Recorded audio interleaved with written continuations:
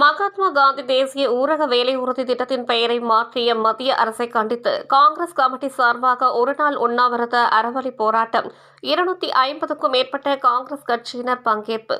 வேலூர் மாவட்டம் குடியாத்தம் மகாத்மா காந்தி தேசிய ஊரக வேலை உறுதி திட்டத்தினை பெயரை மாற்றிய மத்திய பாஜக அரசை கண்டித்து பல்வேறு கட்சிகள் போராட்டம் நடத்தி வரும் நிலையில் வேலூர் மாவட்டம் காங்கிரஸ் கமிட்டி சார்பாக 100 நாள் வேலை திட்டத்தின் பெயரை மாற்றிய பாஜக அரசை கண்டித்தும் மத்திய அரசு புதிய பெயர் மாற்ற திட்டத்தை உடனடியாக திரும்ப பெற்று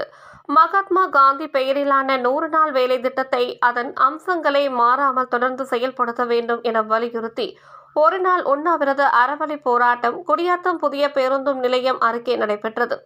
வேலூர் மாவட்டம் காங்கிரஸ் கமிட்டி தலைவர் சுரேஷ்குமார் தலைமையில் நடைபெற்ற இந்த ஆர்ப்பாட்டத்தில் பெண்கள் உட்பட சுமார் 250க்கும் மேற்பட்ட காங்கிரஸ் கட்சியினர் கலந்து கொண்டனர்.